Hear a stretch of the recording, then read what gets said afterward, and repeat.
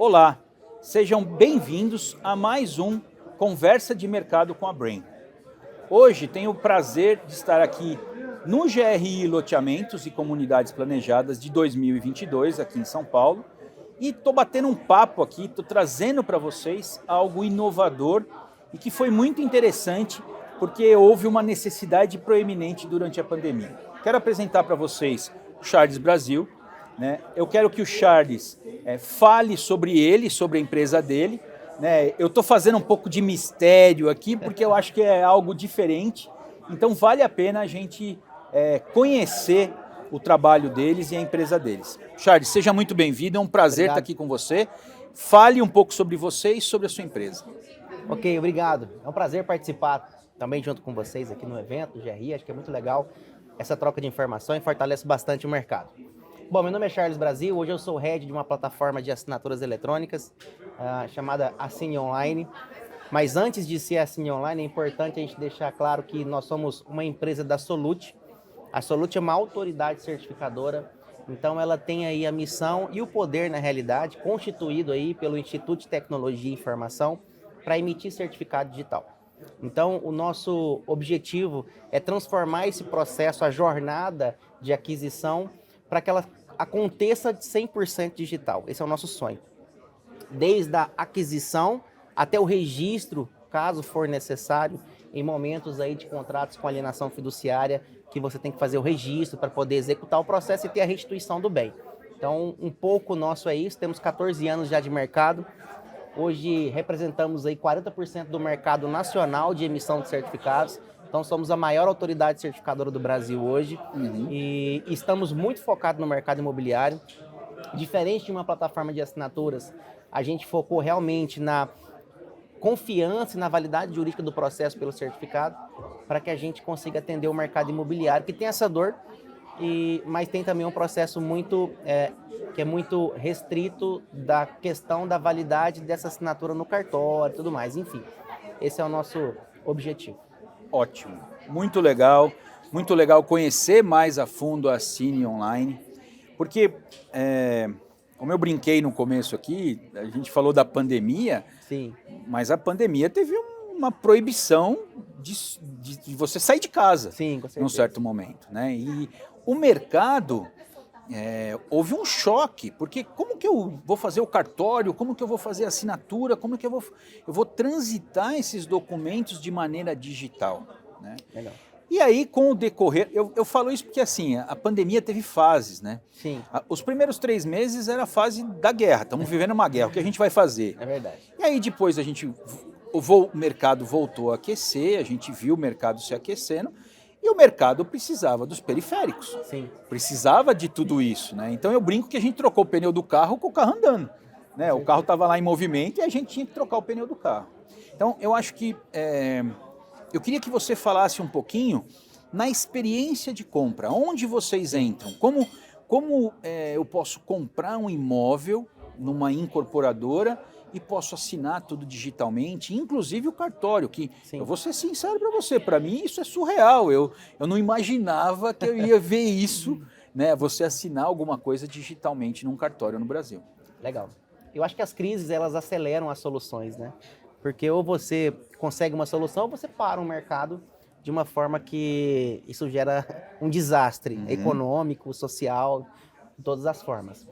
E, na realidade, a assinatura eletrônica ela já é validada desde 2001, por incrível que pareça. Mas pouco utilizada justamente pelo receio da validade desse processo e da validade das assinaturas nos âmbitos legais, nos órgãos públicos, nos cartórios.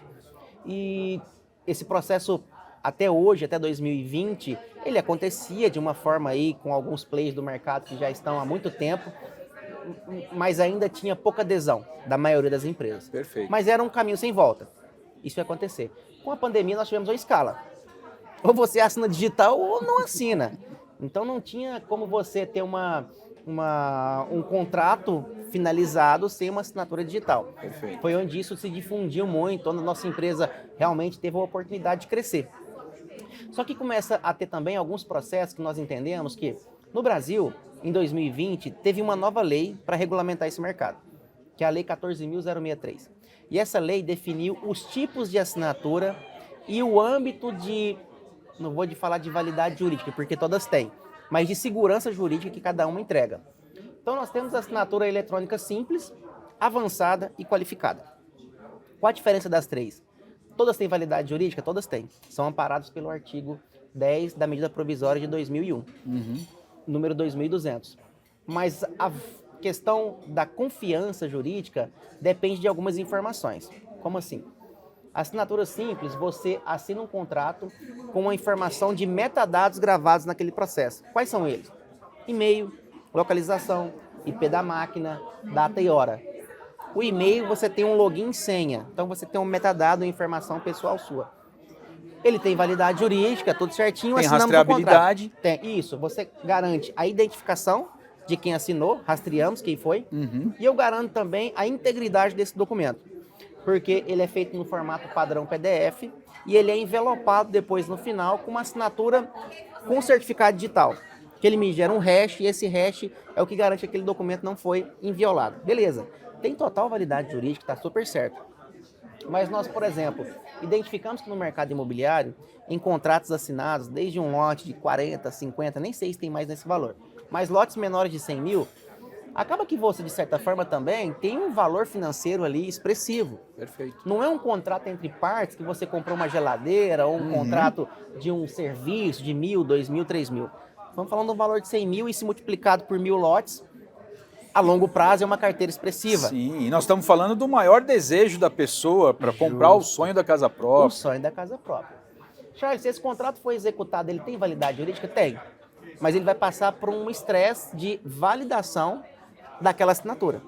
E aí o juiz faz lá um requerimento de um perito forense digital, ele analisa essas informações e valida. Nós tivemos um caso engraçado, inclusive com um banco, que ele falou, não usei o certificado e nós conseguimos a aprovação e ganhamos. Mas ganhamos na última instância. Perfeito. Então ele teve um processo com muita... Demorado, custoso. Para provar que o cara tinha assinado. Beleza, essa é a assinatura simples. Como nós somos uma autoridade certificadora, nós emitimos uma assinatura com certificado digital, que nós estamos preferindo chamar de eCPF, que é o CPF digital que todo mundo vai ter daqui um dia. Perfeito. Então, quando você tramita em órgãos públicos e no cartório, sem o certificado digital você não tem essa validação dessa assinatura. Porque o certificado garante que eu sou o Charles e você é o Marcelo, tá tudo certo. Então ele tem seu CPF, suas informações, e ele tem um poder de substituir, por exemplo, um reconhecimento de firma. Ele é aceito no cartório, porque ele é validado por um processo de infraestrutura de chaves públicas, que é um formato que valida isso, e pelo Instituto de Tecnologia. E o Instituto de Tecnologia, que é uma autoridade certificadora raiz, que nós chamamos, me deu essa autoridade de emitir um certificado seu. Deixa eu te interromper um pouquinho, Fica porque à você vontade. falou algo bem interessante, Charles. Legal.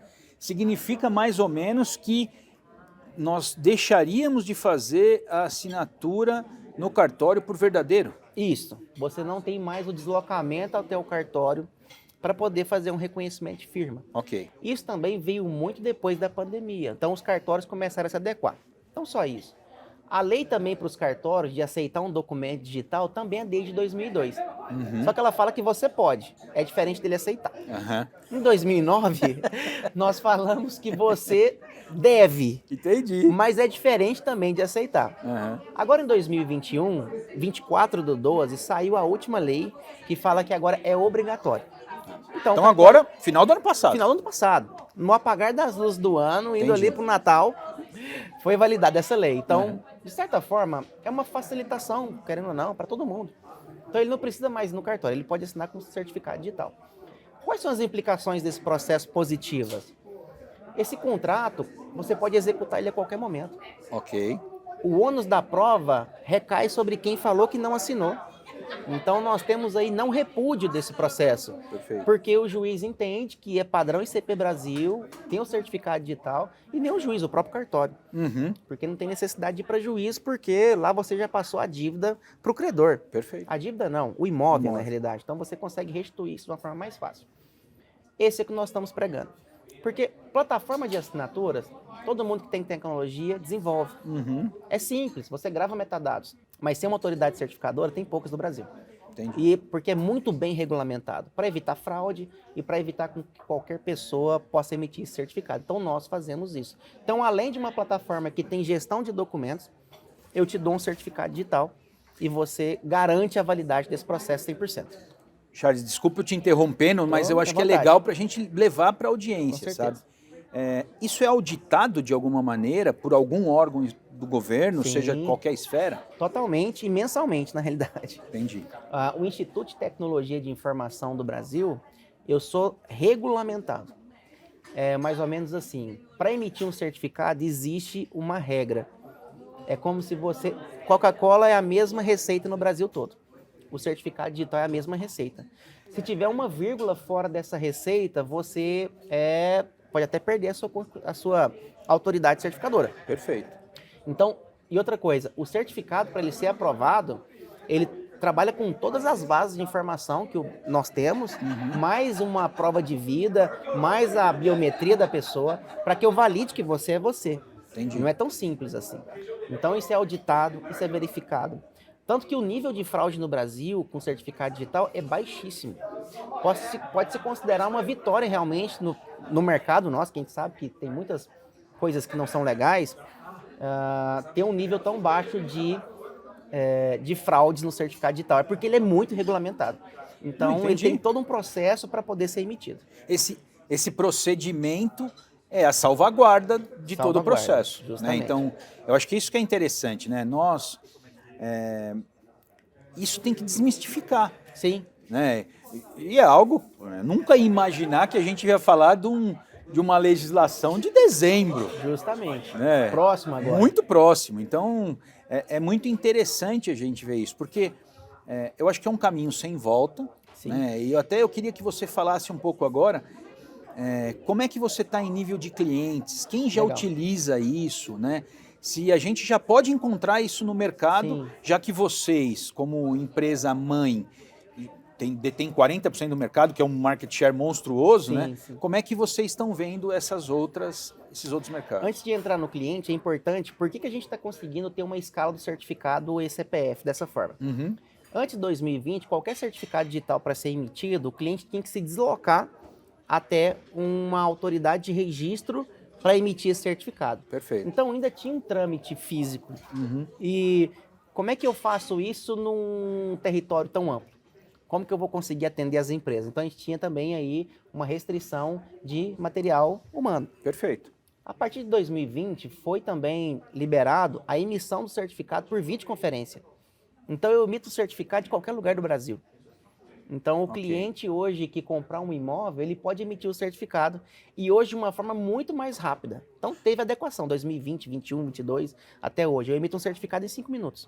Mas esse certificado por videoconferência, por exemplo, você consegue fazer uma análise de pontos da face, como se fosse uma identificação? A única solicitação é que ele tenha uma biometria na base do governo, pelo menos. Ok. Então, ele tendo uma biometria facilita. E da onde que a gente busca essa base biométrica? Do Detran, geralmente. Perfeito. Então, quem tem CNH, eu tenho ali praticamente certeza. Não, é certeza que ele já tem biometria, eu já aprovo automático.